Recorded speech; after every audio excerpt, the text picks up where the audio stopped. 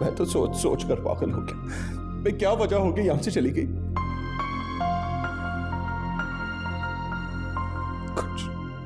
कुछ समझ नहीं आ रहा। मेरा तो ख्याल है कि कोई दूसरा। फौजिया,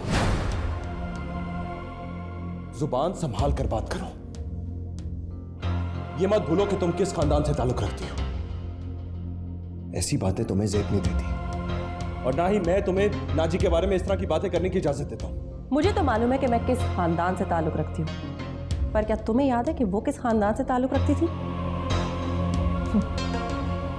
साहब जी, नीचे पुलिस वाले आए हैं, आपको बुला रहे हैं।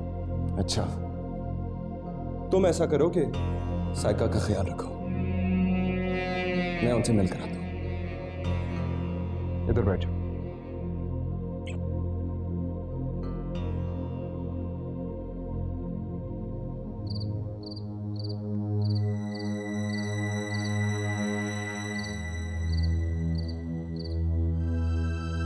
अस्सलाम वालेकुम ताहिर साहब।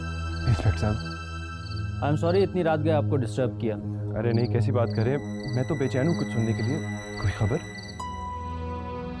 खबर तो है, लेकिन अच्छी या बुरी ये मैं आपको नहीं कह सकता।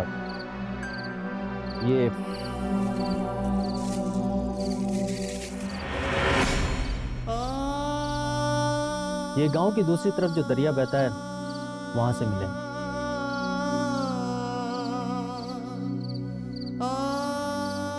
इसका मतलब है कि नहीं, ऐसा हो नहीं सकता इंस्पेक्टर साहब। ताहिर साहब, उम्मीद का दामन हाथ से मत छोड़ें। हमें अब तक कोई ऐसा सबूत नहीं मिला है जिससे हम ये कह सकें कि वो अब इस दुनिया में। प्लीज इंस्पेक्टर साहब, मैं तो ऐसा सोच भी नहीं सकता कि वो। हौसला रखें। मुझे ये कपड़े मिल गए थे, इसलिए मैंने मुनासिब समझा कि आपको बता दूं। शुक्रिया इंस्पेक्टर साहब। आपको जैसी कोई और खबर मिले प्लीज फौरन बताइएगा। Thank you.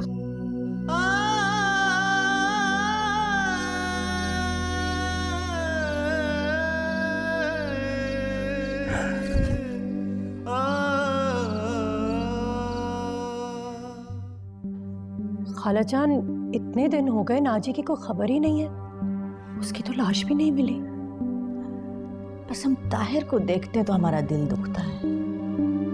ऐसा बुरा हाल तो हमने कभी किसी का देखा ही नहीं जैसे उसका नाजी के बगैर हो गया। सारा सारा दिन उसको ढूंढता फिरता है, ना दिन को चैन ना रात को आराम। मेरे दिल को तो हर वक्त धड़का लगा रहता है कि अगर ताहिर को पता लग गया कि नाजी हमारी वजह से गई है, वो तो हमें कभी माफ नहीं करेगा।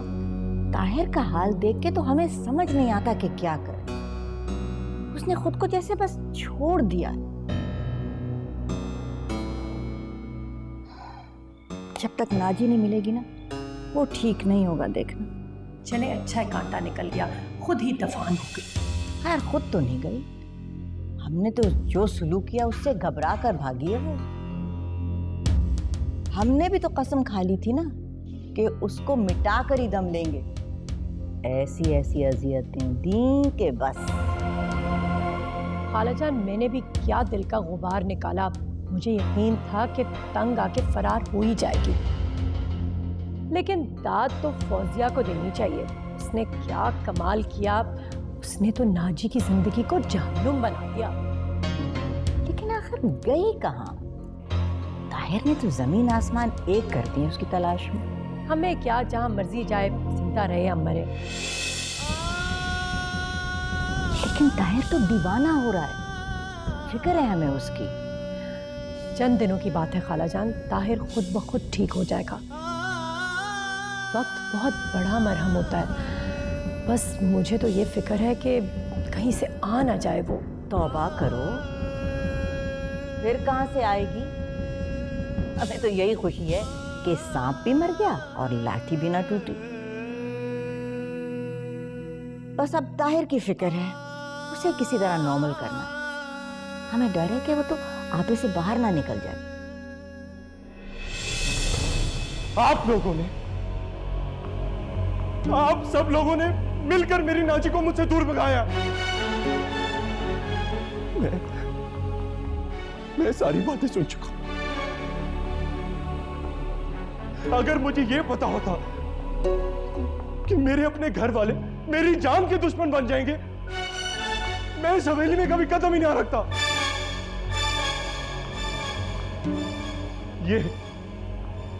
ये मेरी भाभी है,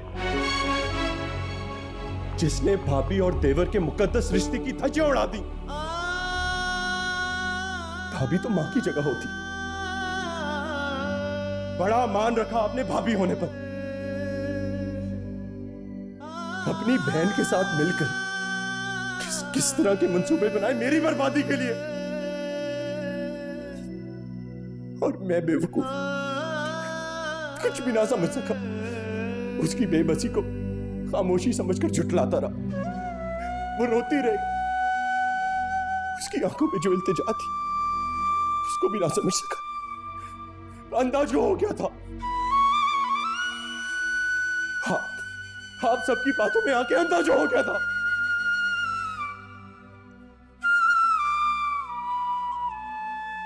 और ये मेरी मां, आपको मैं क्या कहूं? मेरे पास तो अल्फाज ही नहीं रहे। कितना भरोसा किया था आप पर, मगर आपने मेरा प्यार और भरोसा खत्म कर दिया। मां तो क्या क्या कुर्बानी दे जाती है औलाद के लिए, मगर आप तो खुद गर्ज और बेहिस निकली। आपकी इज्जत, ये आपकी खानदानी रवायत आपके लिए ज्यादा जरूरी थी, चाहे आपकी औलाद खत्म क्यों ना होकर रह जाए। अब्बा जैसे बासूल आदमी ने भी मुझे माफ कर दिया, मगर आपके दिल में जरा सा भी रहम नहीं आया। मां का ये रूप मैंने आज पहली दफा देखा। आज के बाद मुझसे कोई उम्मीद ना रखना। शर्म आती है आपको अपनी मां कहते हुए।